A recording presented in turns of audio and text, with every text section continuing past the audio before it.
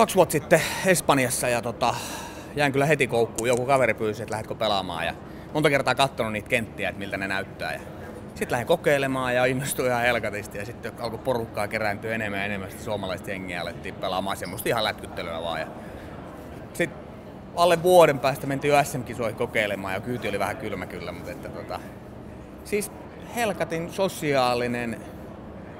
Sä oot lähellä toista koko ajan ja sä pääset kommunikoimaan ja sitten tää tässä ulkopuolella. Et voi verrata vähän niin kuin golfiin, että golfklubilla kun otetaan se yksi pisse pelin jälkeen, niin tää on helvetin hauskaa sen takia. No nimenomaan, sehän tässä on just hyvä, että totta kai kun aletaan pelaa huippujen kanssa, niin kuin mä pelasin tänään tossa, niin onhan se sitten se on niin helkatin hienoa. Ja, et siis taivashan on vaan rajana, että kyllä niin kun lähtee spanskeihin, niin siellä on kyyti kylmä. Et siitä saa todellakin niin kuin urheilua. Nopea reaktiopeli. Mutta sitten taas niin kun on helpompi aloittaa, kun ihmiset pelkää aina esimerkiksi aloittaa tennistä, kun se on niin helkatin hankala. Sitten se menee siihen pallojen keräilyyn pelkästään. Tässä kun on lasit ympärillä, niin pallot pysyy koko ajan tuossa kentällä.